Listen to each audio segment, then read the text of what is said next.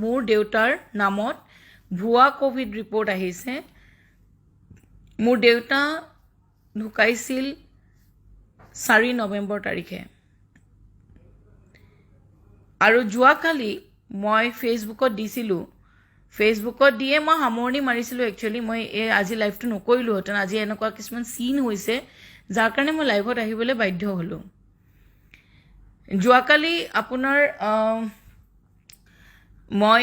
মোৰ হাজবেণ্ডৰ মোবাইলত হাজবেণ্ডে দুটা আপোনাৰ মেছেজ ৰিচিভ কৰিলে rapid antigen sample collected for Shamsul Hussain ID ইমান বুলি ৰাতিপুৱা মোৰ হাজবেণ্ডে মেছেজ এটা ৰিচিভ কৰিলে ইণ্টাৰেষ্টিংলি ইয়াতে এই মোবাইলটোত আছে মই ফেচবুকত অলৰেডি দিছোঁ ৰঙা চিন মাৰি পেলাই দিছোঁ যোৱাকালি 16 ডিচেম্বৰ 11:24 মোৰ দেউতাৰ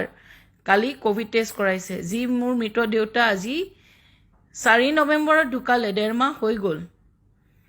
সেই মৃত দেউতাৰ যোৱাকালি 11:24 16 ডিচেম্বৰ টেষ্ট কৰাইছে আৰু name of kit used SD বায়োসেন্সৰ standard Q COVID-19 AZ detection kit আৰু টেষ্ট ৰিজাল্ট আহিছে এণ্টিজেন পজিটিভ মোৰ কথাটো হ'ল মোৰ দেউতা ঢুকালে 4 নৱেম্বৰত আৰু 4 নৱেম্বৰত ঢুকুৱা মোৰ মৃত দেউতাৰ যোৱাকালি কোভিড টেষ্ট কেনেকৈ হ'ল কাৰ গাফিলতিৰ বাবে হ'ল সবতছে ইণ্টাৰেষ্টিং পাৰ্টটো হ'ল যে মোৰ দেউতা আপোনাৰ মোৰ যি মৃত দেউতা ইণ্টাৰেষ্টিং আজি ৰাতিপুৱা মই এই লাইভটো নাহিলোহেঁতেন আজি ৰাতিপুৱা মোৰ হাজবেণ্ডক আকৌ দিছপুৰ থানাৰ পৰা ফোন কৰিছে যে দাদা এইটো শামছুল হুছেইনৰ মোবাইল নেকি তেতিয়া মোৰ হাজবেণ্ডে ক'লে নহয় মই তেখেতৰ জোঁৱাইকে কৈ আছোঁ তেওঁ কৈছে কি নহয় একচুৱেলি আমি আহিবলৈ লাগিছিলে আপোনালোকৰ ঘৰত মই তেতিয়া হাজবেণ্ডে ক'লে কি বোলে কিয় বোলে মোৰ দেউতাটো ঢুকালে 4 নৱেম্বৰ কথাটো কোৱাৰ লগে লগে তেখেতে ফোনটো থৈ দিলে হাজবেণ্ডে মোক ফোন কৰিলে ফোন কৰি ক'লে যে এনেকৈ দিছপুৰ থানাৰ পৰা আব্বাক ফোন কৰি পেলাই ফোন বিচাৰিছিলে মই ক'লো মোক নাম্বাৰটো দিয়া মই লগে লগে তেখেতক কল বেক কৰিলোঁ বোলে দাদা আপুনি দিছপুৰ থানাৰ পৰা কৈ আছিলে বোলে অঁ হয় মই দিছপুৰ থানাৰ পৰা কৈ আছিলোঁ বোলে কিয় বোলে কি হ'ল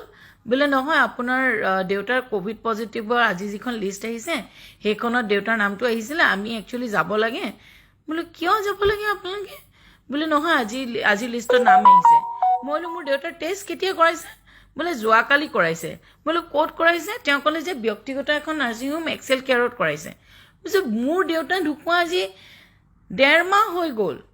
মই যোৱাকালি কোৱাৰ নামত সেইখন টেষ্ট হ'ল মই নাজানো এক্সেল কেয়াৰত কৰাইছে বুলি দিছপুৰ থানাৰ পৰা কৈছে সেই মানুহজনে মই যেতিয়া চেক কৰিব দিলোঁ কোনে কৰিছে তাৰপিছত গ'ল অলপ দেৰি পিছত মোৰ হাজবেণ্ডে আকৌ ফোন কৰিলে হাজবেণ্ডে ফোন কৰি পেলাই মোক কৈছে এইবাৰ ফোন আহিলে DC অফিচৰ পৰা বোলে কোনে ফোন কৰিলে বোলে সাইফুল ইছলামে ফোন কৰিলে মই তেতিয়া আব্বা আকৌ 1.5 মাহৰ আগতে ঢুকালে বুলি ক'লোঁ তেখেতে ফোনটো থৈ দিলে মই আকৌ সেই একেই DC অফিচৰ নাম্বাৰটো লৈ মই আকৌ কল বেক কৰিলোঁ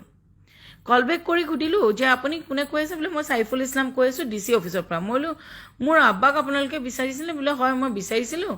আমাৰ আজি যিখন DC অফিচত কোভিড পজিটিভৰ লিষ্ট আহিছে তাত আপোনাৰ দেউতাৰ নামটো আছে আৰু চন্দননগৰ হোৱাৰ কাৰণে আমি একচুৱেলি যাব লাগে অলপ মেডিচিনছ লওঁ আৰু আপোনালোকৰ ঘৰটো কোৱাৰেণ্টাইন কৰিব যাব ওলাইছিলোঁ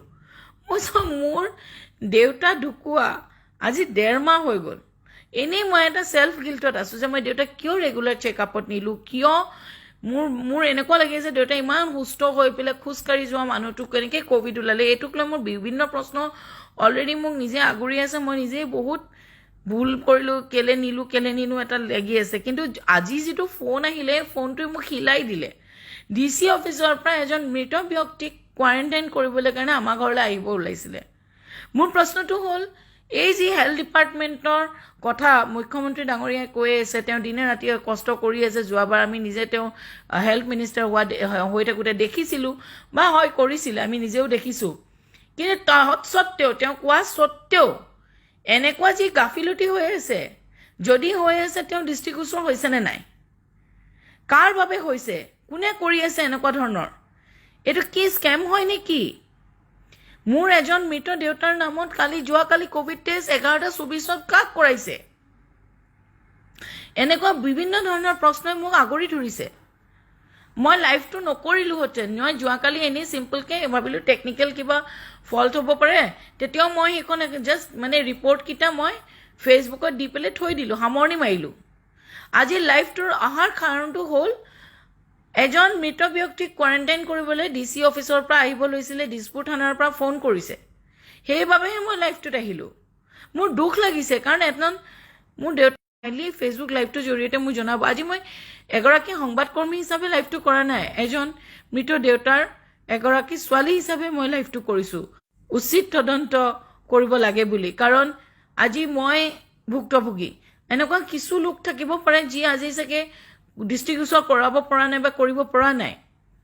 কাইণ্ডলি প্লিজ চাব এইটো এনকুৱাইৰি হ'ব লাগে আৰু মই নিজেও এখন FIR ফাইল কৰিম দিছপুৰ থানাত গৈ মই আউট অফ ষ্টেচন আছোঁ মই গুৱাহাটী গৈ পায়েই মই দিছপুৰ থানাত এখন FIR ফাইল কৰিম কাৰণ এই ফোনকেইটা যে আহিছে আৰু মোৰ ওচৰত ফোন নম্বৰকেইটাও আছে তেওঁলোকৰ আৰু তেওঁলোকে কৈছেও